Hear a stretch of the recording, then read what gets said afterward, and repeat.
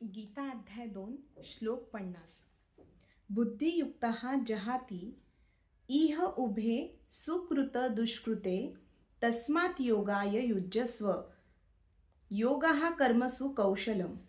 भक्तिपूर्ण सेवेत किंवा भक्तियोगात मग्न झालेला मनुष्य या जीवनात सुद्धा चांगल्या व वाईट कर्मांपासून स्वतःला मोकळा करून घेतो. म्हणून हे अर्जुना, तू योगाकरिता प्रयत्न कर आणि योग हेच सर्व कर्मातील कौशल्य होय. स्मृत्यर्थित किंवा अतिप्राचीन काळापासून जन्मजन्मांतरापासून मनुष्याने प्रत्येक जीवाने आपल्या चांगल्या आणि वाईट कर्मांच्या विविध प्रतिक्रिया साचवून ठेवल्या आहेत. त्यामुळे आपले खरे मूळचे स्वरूप आणि स्थिती काय आहे याविषयी तो सतत अज्ञानी राहिला आहे. मनुष्याचे हे अज्ञान भगवद्गीतेत उपदेशांमुळे दूर होऊ शकते.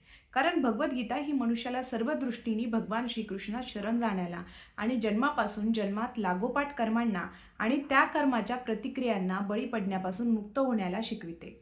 म्हणून अर्जुनाला कृष्ण भावनेने कर्म करण्याचा उपदेश केला आहे. कारण ही कृष्ण भावना फल उत्पन्न करणाऱ्या कर्माच्या शुद्धीकरणासाठी प्रक्रियाच आहे. जय योगेश्वर. जय श्रीकृष्ण.